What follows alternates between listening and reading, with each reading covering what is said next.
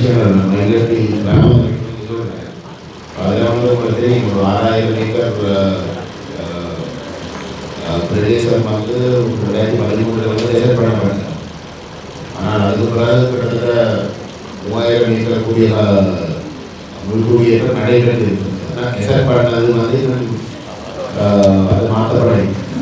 அது மட்டும் இல்லாமல் வந்து இந்திய 3000 ஏக்கருக்குள்ள வந்து கிட்டத்தட்ட 2% நிலத்தை வந்து இராணுவ தேவைக்காக பயன்படுத்தாமல் விவசாயிகளுக்கு மக்கள் விரோத செயல்பாடுகளுக்காக பயன்படுது. ஏதோ ஒரு இடத்துல வந்து திருப்பி இதில் கொடுக்கப்படணும். இதனால் லேண்ட் நாளைக்கு அந்த இதில் கிடைப்போம் அதில் போடுங்க. சரி ஏன்னா 19 நாளைக்கு கூட்டத்துக்கு போடும். நாளைக்கு கூட்டத்துக்கு போட சொல்லுவோம். இதோட இந்த ரெப்ரசன்டேட்டிவ் பிரதான கேகேபியில் உள்ள மயானம் காவலத்தோட்டிக்கு கேண்டோடே வந்துட்டாங்க. அது எங்களுக்கு அந்த சூழல் இல்லாட்டியும் அதோட பொருத்தமான இடத்துல கட்டாயம் அதை 3 கிராமத்தில் மயானம் தருவோம். குறைஞ்ச ஒரு 2 வரப்பு காணியாவது அதோட இருக்கிறதா. அதை விட நாங்கள் விளையாட்டுத்துறை வழக்கணும் விளையாட்டுத்துறையாக இருந்த மைதானத்தில் கிட்டத்தட்ட 3 ஏக்கர் காணி காவலும் பொருத்தமில்லாத இடத்துல அது வந்துருக்கு. அந்த காணியை திருப்பி விளையாட்டுத்துறை பலிவான வழக்கில் ஒரு 400 மீட்டர் ரெக்கோர்டு உள்ள கிரவுண்ட் இல்லை, ஒரு ஃபுட்பால் மேட்ச் இருக்கக்கூடிய கிரவுண்டு. அது ஒரு பிரதேசமே இந்த கிரவுண்டோட சேர்த்து மாற்றி எங்களுக்கு அது எத்தனை இப்போ 9ஆம் ஆண்டு ஹேண்ட் ஓவர் இல்லை இப்போ 2024 யார் ஹேண்ட் ஓவர் இந்த டெவலப்மெண்ட் கேட்டு படிக்கிறோம். அது இப்போ பாவிக்கணும். அந்த ஹாபர் பாவிக்கல அவன் இப்போ வேற ஒரு இன்வெஸ்ட்மெண்ட் வேற ஆக்களுக்கு கொடுக்குறதுக்காக வரையணும். வேற பிரைவேட் ஆக்களுக்கு அவன் லீஸில் கொடுக்குறதுக்காக அந்த அது பொருத்தமானே இல்லை. கிரவுண்டோட சேர்ந்த இடம். இப்போ வலியாம் வடக்கில் ஒரு விளையாட்டு போட்டி நடத்துறது கூட கிரவுண்ட் இல்லை. 400 மீட்டர் ரெக்கோர்டு கிரவுண்ட் இல்லை. அந்த கிரவுண்ட் நாளைக்கு போடுங்க. கேட்க சொல்லலை. நீங்கள் நாளைக்கு வருவீங்க. 9 மீட்டர் காணியும் சேர்ந்து வருது. சரி நாளைக்கு போடுங்க. சுடலை வேணும். மைக் வேலை செய்யல ஸ்பீக்கர்லாம் ஒன்றுமே வேலை இல்லை. ஸ்பீக்கர் ஓ சொல்லியிருக்கோ. நாங்கள் போன முறை பார்லிமெண்ட்டில் கணக்கேக்கில் பிரசிடென்ட் வந்து செக்யூரிட்டி கவுன்சிலில் சொன்னவர் டெப்யூட்டி செக்யூரிட்டி மினிஸ்டரை வந்து பலாலியில் கிழக்கு பக்கம் அந்த ரோட்டில் கிழக்கு பக்கம் இருக்கிற ஹாஸ்பிட்டலும் அப்புறம் இந்த மயிலி காணி சம்பந்தமாக வந்து இவர் வந்து பார்த்துட்டாரு. டெப்யூட்டி மினிஸ்டர் வந்து பார்த்து போட்டு இந்த 27 ஆன்சர் பண்ணுறதுக்கு சொன்னார். அந்த மீட்டிங்கு எங்களையும் இன்வைட் பண்ணியிருந்தது. ஆனால் எங்கள் ஒருத்தரையும் வர சொல்லி சொன்னது எங்களுக்கு பிரச்சனை இல்லை. என்ன முடிவெடுத்தது இல்லை. நான் அந்த நான் நிற்கிறேன். வெளிநாட்டில் இருந்தேன். 25ஆம் தேதி வந்தவராம் வந்து பார்த்துட்டு போய் நீ அடுத்த முறை பார்லிமெண்ட் அது ஒன்றும் தெரியல அடுத்த முறை கேட்போம். நாங்கள் அறிஞ்ச மாட்டில்லை. பிரதேச செயலாளர் போனார், மாவட்ட செயலாளர் போனார். மாவட்ட செயலாளர் பலாறு ரோட்டில் கிழக்கு பகுதியை விட சொல்லி கேட்டு டிப்யூட்டி மினிஸ்டர் சொல்லியிருந்தேன். விமான நிலையத்தில் 3வது விஸ்தரிப்புக்கு அந்த அங்காளி பக்க காணியும் தேவை. 3வது விஸ்தரிப்புக்கு தேவையே இல்லை. 3வது விஸ்தரிப்பில் 3200 மீட்டர் நீளமான ட்ரக் தான் பெறப்போகுது. அது கூட 248 கூட வராது. 248 கிராமத்துறையாளர்களுக்கும் வராது, 255 56 வராது. அப்படி இருக்க பலாறு ரோட்டில் கிழக்கு பக்கத்து வரவே இல்லை. பலாறு ரோட்டில் கிழக்கு பக்கத்தை விடலாம். அந்த விடையும் சொல்லிக்குள்ள தாங்கள் திருப்பி கதைக்கணும் பண்ணிட்டு 24ஆம் தேதி அந்த அது சம்பந்தமான கூட்டம் போட்டிருக்கிறது. பார்லிமெண்ட்ல 24ஆம் தேதி போட்டிருக்கீங்க. பார்லிமெண்ட்ல போட்டிருக்கிறேன். இந்த 27 கூடிய ஆன்சர் நான் கேள்வி கேட்டேன். இப்போ ஏர்போர்ட்டுக்கு எவ்வளோ காணி இருக்குது, இந்த இருக்கிற காணியில் எவ்வளவு ஏர்போர்ட் விஸ்தீர்ணத்துக்கு தேவை, எவ்வளோ மிச்சம் இருக்குன்னு போடக்கூடிய ஆன்சர் தான் 24 தாராண்டு நான் நேரம் சொல்லியிருக்கிறேன். உங்களுக்கு தெரியாதா அவன் மைலிட்டி இப்போ அந்த ஆர்மி கொமாண்டர்கிட்ட காணி இருக்கிறதுக்கும் பங்களா இருக்கிறதுக்கும் இந்த ஏர்போர்ட்டுக்கு சம்மந்தமே இல்லை. நாங்கள் முக்கியமாக அந்த காணி எப்போ விடுவீங்கன்றதான் அதுக்கு ஆன்சர் பண்ணலையா கேட்டு நானும் பிறகு சொல்கிறோம்னு தான் சொன்னோம். ஆனால் அந்த ஏர்போர்ட் கதையும் சொல்லி சொன்னோம். ஏர்போர்ட் எக்ஸ்பென்ஷன் உங்களுக்கு நான் ப்ரொபோசல் தான். ஏற்கனவே ஏவியேஷன் மினிஸ்ட்ரியால் அந்த ஸ்டேட் 1 2 3 இந்த வழியில் பலாறு ரோட்டில் கிழக்கு பக்கம் காணி வராது. பலாறு ரோட்டில் மேலே 248 டிவிஷனும் 58 வராது. அது சொல்லு நாங்கள் அது சொல்லு. கிழக்கு பக்கம் வராது தானே, அது நடுவில் கேம்ப் இருக்கு. இல்லை அது அங்கே வராத இடத்துல ஏர்போர்ட் தாண்டி கொண்டு ராணுவம் தோட்டம் செய்யறதுன்னு நாளைக்கு கதைப்போம். நாங்கள் இங்கே கதைக்கல, நாளைக்கு அதில் கதைப்போம். நாளைக்கு முதல் கதைப்போம். நாளைக்கு மற்றதெல்லாம் இந்த ஏர்போர்ட் எக்ஸ்பேன்ஷன் பேரில் ஆணி சுவீகரிக்கிறது வந்து எந்த அளவுக்கு பொறுத்தவங்க சொல்ல முடியாது. ஏன்னா கொஞ்சம் சிறுசமாக தலைவர்கள் இதில் கொஞ்சம் கூட அக்கறை இருக்கிறவர்கள் வந்து நாங்கள் உதாரணம் சந்திக்கிறாங்க. நிறைய கருத்து என்றால் வந்து அரசாங்கத்திலே திட்டத்திலே வந்து 3 பிளேசஸாக வந்து இந்த ஏர்போர்ட் அபிவிருத்தி என்ன சொல்கிறேன் பிளான் பண்ணி இருக்குது ஸ்டேஜஸ். அதில் முதலாவது வந்து ஏற்கனவே முடிஞ்சுது. அதாவது இந்த ரன்வேலே 900 மீட்டர்ஸ் ரீசர்விசிங் வந்து செய்கிறாங்க. அதெல்லாம் இப்போ ஏர்போர்ட் ஓடுது. அதை இல்லாயமாக கேட்கிறாங்க என்றால் வந்து மிச்சம் ரன்வேல 2300 meters தான் படாலி ரன்வே இப்போ இருக்கிற ரன்வே. அதில் 900 meters தான் ரீசர்வ் ஸ்டேஜ் இருக்குது. அந்த மிச்சத்துக்கு வந்து செய்தாலே வந்து A320 ஏர்கிராஃப்ட் வந்து லேண்ட் பண்ணாங்க. அப்போ அந்த ரீசர்வீசிங்க்கு நாங்கள் இந்தியன் ஹைகமிஷனோட நாங்கள் வந்து ஹைகமிஷன் சொல்லியிருக்கு பிராண்டாக வந்து நாங்கள் வந்து செய்திருக்காங்க. சரிதானே? அப்போ நாங்கள் A320 வந்தாலே எங்களுக்கு வந்து குழுமோட கம்ப்ளீட் பண்ண தேவையில்லை. எங்களுக்கு வந்து ஒரு ரீஜனல் இடத்துக்கு வந்து சர்வீஸ் பண்ணக்கூடிய வகையில் வந்து ஏர்கிராஃப்ட் லேண்ட் பண்ணாலே மிடிஸ்ல இருந்து சிங்கப்பூர்ல இருந்து இந்தியா டெல்லி பக்கத்தில் இருந்து வார ஏர்கிராஃப்ட் வந்தாலே வந்து தமிழ்நாட்டில் தமிழ் மக்கள் எல்லாரும் வந்து போகிறதுக்குரிய வசதிகள் எல்லாமே இருக்குது. அப்போ இந்த ஆணி சுவீகரிக்கின்ற பேரில் இப்படி குடியிருப்புகளை வந்து தொடர்ந்து வந்து தாமதிக்கிறாங்கிறது பொருத்தமில்லை. சின்ன வழியில் வந்து ராஜவம்ச தரப்புடைய காலத்தில் வந்து எல்லாமே வீக்லி கோணத்தில் வந்து பார்க்க காலத்தில் வந்து எடுக்கப்பட்ட முடிவுகளில் இருந்து நாங்கள் முன்தாய்வு செய்யலாம். இங்கே இருக்கிற மக்களை வந்து செகண்ட் ஃபேஸோட வந்து காணமென்று சொல்லி என்ன பண்ணிட்டா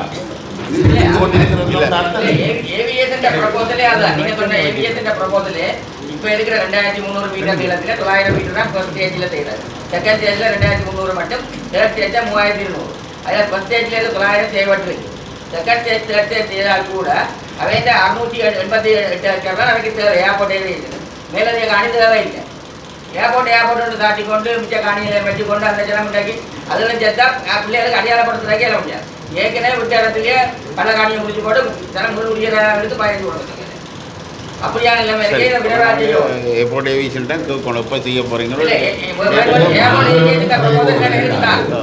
என்ன பொறுத்தவரை வந்து நாங்கள் ஒரு கூட வந்து நாங்கள் கம்ப்ளீட் பண்ண வேண்டியது எங்களுக்கு வந்து ஒரு இன்டர்நேஷனல் ஏர்போர்ட் ஆகி நடைமுறை சாத்தியமாக வந்து ஒரு ரீஜனல் ரீதியாக சர்வீஸ் பண்ணக்கூடிய ஃப்ளைட்ஸ் வாங்குறது தான் உண்மையிலே சரி. அப்போ அந்த அடிப்படையில் வந்து இங்கே இருக்கிற ரன்வே சர்வீஸ் பண்ணாலே வந்து போதும். மேலதிகமான நாடுகளை வந்து நாங்கள் கேட்குறதே தேவை. அப்போ அதை சுட்டிக்காட்டி வந்து இந்த நாடுகளை வந்து விடுவிக்காமல் இருக்கிற வந்து அப்போ நாங்கள் ஒரு கூட்டத்தை வந்து நீங்கள் கேட்டு கூட்டத்தை வந்து கூட்டி அதுக்குரிய ஸ்டேக் ஹோல்டர்ஸ் ஒரு பேரே வந்து கூப்பிட்டு வந்து நம்ம பார்லிமெண்ட்டே நாங்கள் வைக்கிறாங்க. நாங்கள் ஒரு இல்லை மீட்டிங்கில் முடிவெடுத்தேன்னு சொல்லி ஏர்போர்ட் ஏவியேஷன் மினிஸ்டரை கூப்பிட்டு நாங்கள் ஒரு பார்லிமெண்ட் மீட்டிங் ஒன்று போடுவோம்.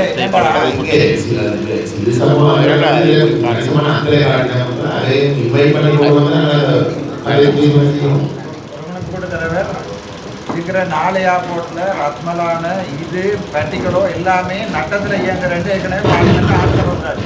அதனால் யாழ்ப்பாண ஏர்போர்ட் டெவலப் பண்ண மாட்டோம்ன்றே சொல்லி போட்டாங்க. ஆக கட்டுநாயகம் மட்டும்தான் லாபத்தில், அதாவது லாப நட்டம் ஈக்குவலாக போடுறது கட்டுநாயகம் மட்டும்தான். அப்போ நாங்கள் எங்களோட கடாலி வந்து டெவலப் பண்ண மாட்டோம்னு சொல்லி மாட்டாங்க. நேரம் ஆன்சர் பண்ணிட்டேன். அவர் ஆன்சர் பண்ணினா பிறகு தான் நாங்கள் கேட்க இல்லை அவைக்கு விருப்பம் இல்லை அதை டெவலப் பண்ணுறதுங்கன்னா நேரம் ஆன்சர் பண்ணியிருந்தோம். அது இனி வர காலத்தில் இந்த கலாணி டெவலப் பண்ண மட்டும் காணியை பிடிச்சிருக்கிறது நியாயம் இல்லை. அதான் பிரச்சனை. இப்போ நாங்கள் போன முறை ஜனாதிபதியோட கைதில் அவர் என்ன சொன்னோம்னா நாங்கள் திருப்பியும் ஒருக்கா ஒரு ரிசர்ச்சோட செய்வோம். திருப்பியும் ஒருக்கா நாங்கள் டெவலப் பண்ணுறோம்னா ஏற்கனவே ரத்மலான வந்து நட்டத்தில் இயங்குது, அங்கே போகையில் அம்மாந்தோட்ட நட்டத்தில் இயங்குது, மட்டக்களப்பான் நட்டத்தில் இயங்குது, யாழ்ப்பாணம் மட்டத்தில் யாழ்ப்பாணத்துக்கு 300 மில்லியன் ஒரு வருஷத்துக்கு நட்டத்தில் இயங்குது யாழ்ப்பாணம். அதெல்லாம் டெவலப் பண்ண மாட்டேன்னு சொல்லிட்டேன். அதான் பிரச்சனை. இப்போ டெவலப் பண்ண போகிறோம்னா ஏர்போர்ட்டை கொடுத்து போட்டு சனத்துக்கு கம்பன்சேஷனை கொடுக்க சொல்லி போடணும். அதை ஆன்சர் பண்ணிட்டார் நேரு. நாங்கள் டெவலப் பண்ண மாட்டோம். நாங்கள் அந்த காணியை விடிக்க சொல்லி கேட்குறதா ஒரே ஒரு வாட்டி. சில பக்கம் அப்படியே நாங்கள் அது எழுதுவோம் விடுவிக்கையிலாட்டி அந்த காணியை மக்கள்கிட்ட திருப்பி வச்சு டெவலப் பண்ணாடி இதில் நான் இதில் முடிவெடுத்தேன்னு சொல்லி போடுவோம் போடுங்க சொல்லி போட்டு நாங்கள் டெவலப் பண்ணுற ஐடியாவே இல்லை. ஒரு feasibility report வந்து கேட்கப்பட்டு அந்த ரிப்போர்ட் தரப்பட்டு தான் இந்த 3 கேஸஸாக வந்து ஏர்போர்ட்டில் எழுதப்பட்டு முடிவெடுக்கப்பட்டது. அந்த feasibility ரிப்போர்ட்டை சொல்லப்பட்டிருக்கிற விவரங்கள் வந்து இதனுடைய பொட்டன்ஷியலை வந்து தெளிவாக வந்து பதிவு செய்யப்பட்டது. இந்த அரசாங்கம் வந்து சிலர்கள் வந்து அதை விரும்ப மாட்டேன். ஆனால் அதுக்காக வந்து அந்த ஏர்போர்ட்டில் பார்க்குறத வந்து நிப்பாட்டணும்னு நாங்கள் அதுக்கு நம்பியிருக்கோம். சரி, அதுக்கப்புறம் ஒரு முடிவை வந்து சும்மா உதவிமாக வந்து அப்படி மக்களோட கைக்காமலே வந்து அந்த முடிவை எடுக்கலாம். இதை வந்து நிலைப்படுறதுக்கு வந்து எடுக்கப்பட்ட தீர்மானங்கள் கூட நடைமுறைப்படாமல் இருக்கிறோம். இப்போ பிசிபிலிட்டி பற்றி கேட்கணும்னா ஒரு நாடு முழுக்க கிராண்டாக வந்து ரிசர்விங் வந்து காசு கொடுக்குற இடத்துல வந்து உடனே அதை செய்யுது. நான் உங்களுக்கு நாளைக்கு ஏர்போர்ட் ஏவியேஷன் ப்ரொபோசல் தான் அதாவது அந்த ஹார்ட் காப்பி 3 ஸ்டேட்டில் பலாலில் நடந்த மீட்டிங்கில் தரப்பட்ட டாக்குமெண்ட்ஸ் அப்படியே ஹார்ட் காப்பி எடுத்த விஷயங்கள் அப்படியே இருக்குது. அப்போ மேலதிக காணி தேவையில்லை. இந்த மேலதிக காணியை வச்சுக்கொண்டு ஆமி தோட்டம் செய்கிறது, தென்னந்தோட்டம் செய்கிறது. அப்போ அந்த ஜனம் 30 வருஷமாக பருத்துறையிலையும் வெவ்வேறு இடங்களில் இடம்பெயர்த்து கொண்டு 36 வருஷம் போராடி கொண்டு இருக்கு. சரி சரி நாளைக்கு கொண்டு வந்து அங்கே மட்டும் தான் கேட்டுனாங்க. அந்த பல்லால் ரோடு கிழக்கா எத்தனை வர காணி இருக்கு. முக்கியமாக பேஸ் ஹாஸ்பிட்டல் ஆமி பேஸ் ஹாஸ்பிட்டல் கட்டியிருக்கிறேன் தானே. 2007ஆம் ஆண்டு கடந்த பேஸ் ஹாஸ்பிட்டல் 2020 முடியல. ஜனாதிபதி நேர கேட்டார். அப்போ நீங்கள் 15 வருஷமா பேஸ் ஹாஸ்பிட்டல் கட்டி கொண்டா இருக்கிறீங்க. நிப்பாட்டி போட்டாங்க. இல்லை நிப்பாட்டே இல்லை சார். அதில் இவ்வளோ கட்டி கொண்டு போயிருக்காங்க. அதுக்கு தான் வந்தவன் அந்த பேஸ் ஹாஸ்பிட்டல் இருக்கிற காணியை நொடுவன் ப்ரொவின்ஸில் அந்த ஹாஸ்பிட்டலையும் நொடுவன் ப்ரொவின்ஸ் கொடுக்கறதுக்கு தான் ஜனாதிபதி ஓமன்ட்டார். நீங்கள் அந்த ஹாஸ்பிட்டலை பாதிக்கலாம் வேண்டாம். நீங்கள் அதை நொடுவன் ப்ரொவின்ஸில் இருக்கிற ஹெல்த் செக்டருக்கு அந்த இதை கொடுக்க சொல்லி நாங்கள் தீர்மானமாக எடுக்கணும். அந்த பேஸ் ஹாஸ்பிட்டலை எடுத்து நொடுவன் ப்ரொவின்ஸில் இருக்கிற ஹெல்த் செக்டரோட கிளீன் பண்ணணும். மற்ற ஆமிகாலம் வச்சிருக்கிற அந்த பாங்கலா அந்த பாங்கலாவை வந்து நாங்கள் விரிச்சு அது 20 மேலே கொடுக்கறது மேலே அவங்க காணி இருக்கு. ஜனாதிபதி சொல்றாரு கொடுப்போம்ட்டு அங்கே இருக்கிற முக்கியமான பிரதானிகள் வந்து சொல்லி நம்ம ராணுவ பிரதானிகள் சொல்லினா இல்லை அதில் தனதில் காணி இல்லை, அது அரசாங்க காணி. அப்போ நாங்கள் நேரத்தில் நாங்கள் ஜிஏடையும் அவைடையும் டீட்டெயில் எடுத்து தாரணும் சொல்லி ஏன்னா அங்கே வந்து போய் 100 கிலோமீட்டர் போய் சொல்லிடணும். நான் தீர்மானமாக எழுதிக்கிறதாங்க தீர்மானத்தை எடுப்போம். ஹாஸ்பிட்டலுக்கு ஒரு ஆமி என்வயர்மெண்ட் லைசன்ஸுக்கு அப்ளை பண்ணியிருக்கேன். அப்போ அவைகளுக்கு காணி ஓனத்தை பார்த்தாங்க. இவன் காணி ஓனத்தும் அதுக்கு எதிராக ரிப்போர்ட் கொடுத்துருக்கீங்கன்னா இது எங்கள்கிட்ட காணிகளுக்கு நீங்கள் கொடுக்க வேண்டாம் லைசன்ஸை. அப்படியான நிலைமையெல்லாம் இருக்கு. இப்போ நாங்கள் காணியை ஒளிவிக்க எடுக்கிறது பண்ணிக்க இந்த நேரத்தில் எப்படி செய்து இருந்தால் அப்படி செய்யலாம். நீங்கள் பவுன்சர் கொடுக்காதீங்க.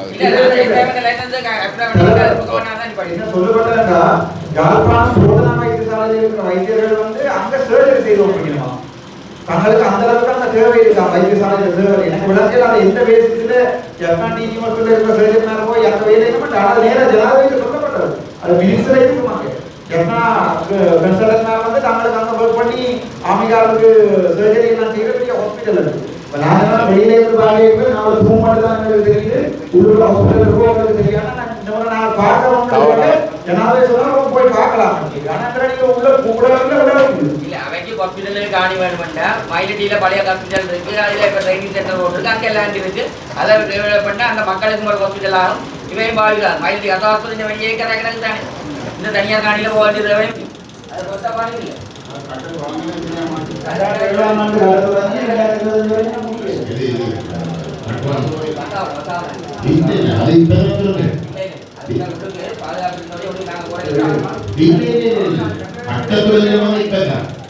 அதே அதில் வந்து திட்டங்கள் எழுதியிருந்தாங்க. கட்டத்தொழில் வந்து இப்போ கட்டத்தொழிலோட வந்து நாங்கள் இந்த பிரச்சனை வந்து கிளப்பி பார்க்கணும் வந்து அதுக்கு பிறகு வந்து தொடர்ந்து செய்யுது. கட்டத்தொழில் பிறகு வந்து பிரச்சனை சும்மா விட்டு உள்ளுக்குள்ள வெட்டி கட்டிக்கணும். அப்படிதான் அங்கே பாலியல் சொன்னாங்க. வெளியில எங்களுக்கு பாக்கிக்க தெரியல. அந்த தூணல் போட்டு புதுசாக வெட்டி கொண்டு எடுத்து அது இப்போதானா இந்த இடத்துல பார்த்துல தான் எல்லாம் பண்ணியிருக்காங்க. ஆனால் உள்ளுக்குள்ள சர்ஜரி தியேட்டர் நடக்கிற அளவுக்கு ஹாஸ்பிட்டல் இருக்காம சொல்லுங்க. அவங்க பாக்கியெல்லாம் சாய்னா பில்டிங் தான் 4 பில்டிங் இருக்காங்க. இது மக்கள்கிட்ட வீட்டு கொண்டு இருந்தது. இது 2007 படிப்படியாக செய்தது இப்போ இடையில ஆட்சி மாறைக்க நிப்பாட்டப்பட்டிருந்தது. அதுக்கு பிறகு நிப்பாட்டி இருந்து நாங்கள் இப்போ ட்ரீட் பண்ணி வேலை வாங்கியிருக்கோம். அது அந்த கட்டுமானங்கள் தான் அது நாங்கள் நிப்பாட்ட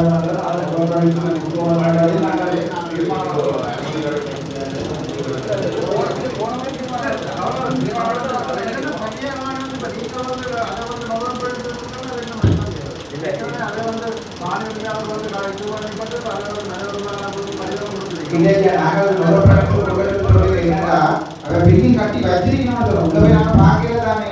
ஒரு பில்டிங் கட்டி வச்சிருக்கணும்னா உள்ள டெமோலிஷ் பண்ணுறதுக்கு கவர்மெண்ட் இருப்பா. ஸோ அந்த இடத்துல கவர்மெண்ட் பேசுனா அவங்களுக்கு கொடுப்பாங்க. தெரியாது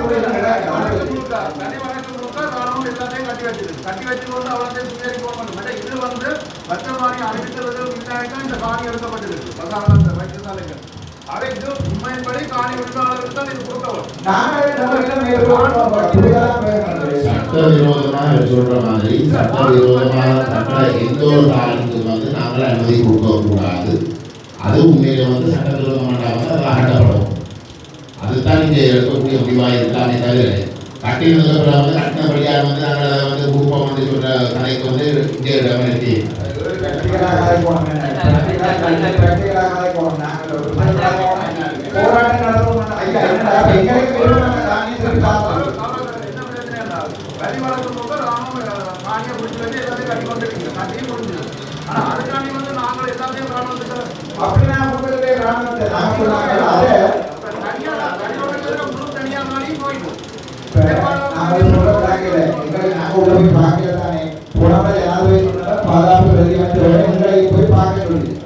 யாரையுமே உள்ளுக்குள்ள போறதுக்கு அனுமதிக்கல. எங்களுக்கு இன்விடேஷன் வேற இல்லை. ஒரு தவிசாருக்கோ ஒருத்தருக்குமே வேற இல்லை. அதான் உண்மை. அதாவது நாங்க உள்ள போய் பார்த்தா தெரியுமே நம்மளுக்கு கிடையாது. உள்ளுக்குள்ள அண்டர்கிரவுண்ட் பண்றது இருக்காங்க உங்களுக்கு தெரியாது தானே.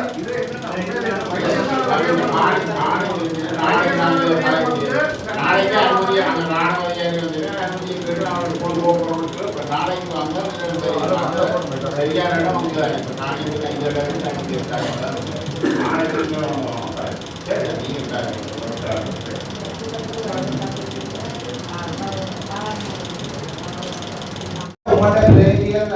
மூன்று பேரோட ஜியோட வரக்கூடிய அனுமதி எடுத்துக்கொள்ளுங்க.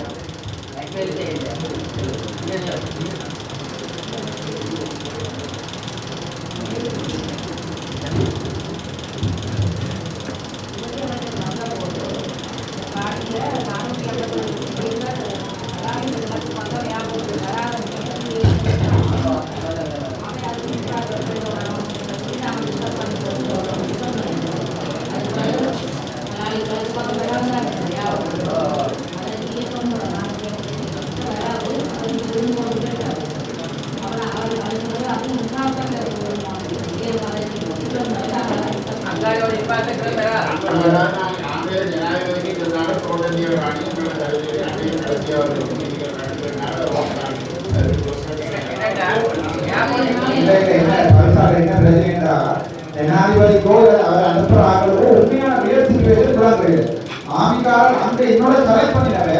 அங்க தனியார் ஹானி இல்லை. அதுல உறுதியோட கம்ப்ளைண்ட் பண்ணியிருக்காங்க.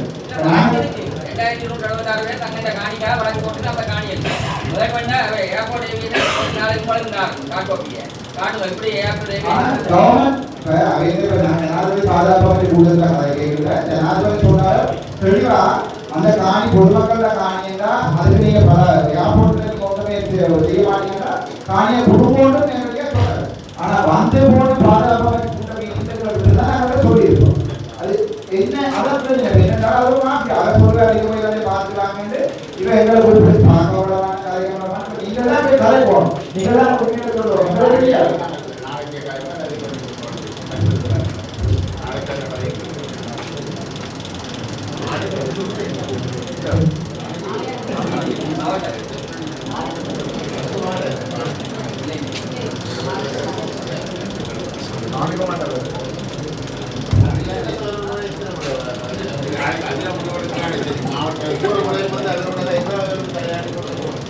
நீங்க இதை மாவட்ட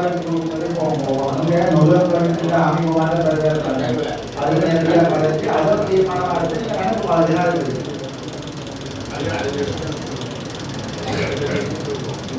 அடுத்த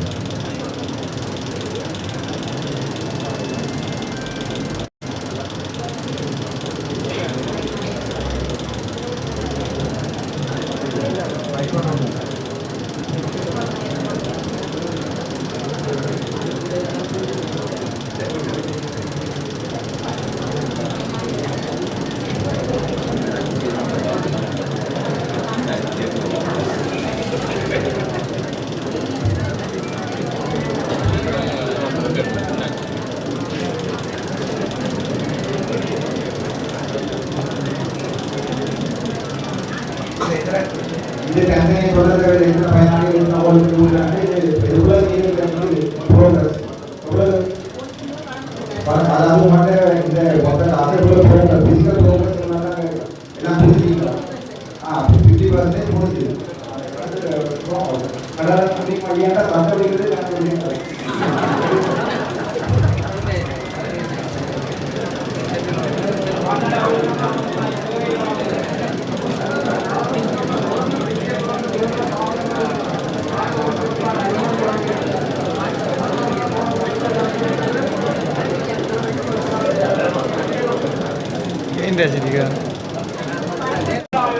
தெல்லிப்பளை பிரதேச ஒருங்கிணைப்பு குழு கூட்டம் பிரதேச செயலக மாநாட்டு மண்டபத்தில் தற்போது நடைபெற்று வருகிறது.